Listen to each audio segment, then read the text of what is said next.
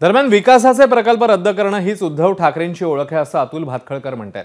Builder मित्रांच्या घशात मुंबई घालण्यासाठी उद्धव ठाकरेंचे कुटील कारस्थान आहे आणि मराठी माणसाचं भलं होताना दिसलं की उद्धव ठाकरेंच्या पोटात दुखतं असंही त्यांचं म्हणणं आहे।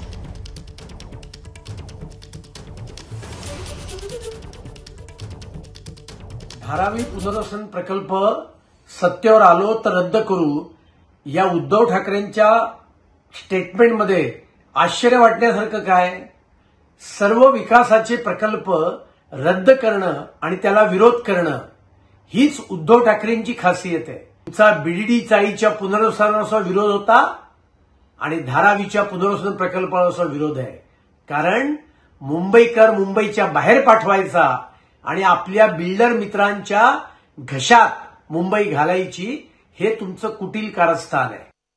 आश्चर्य वाटतं की आज अचानकच धारावीबद्दल त्यांनी पत्रकार परिषद का घेतली हा एक प्रश्नचिन्ह निर्माण होतोय।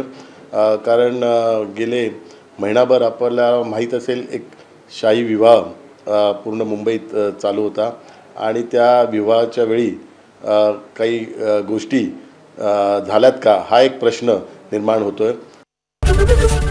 एबीपी माझा, उघडा डोळे बघा नीट।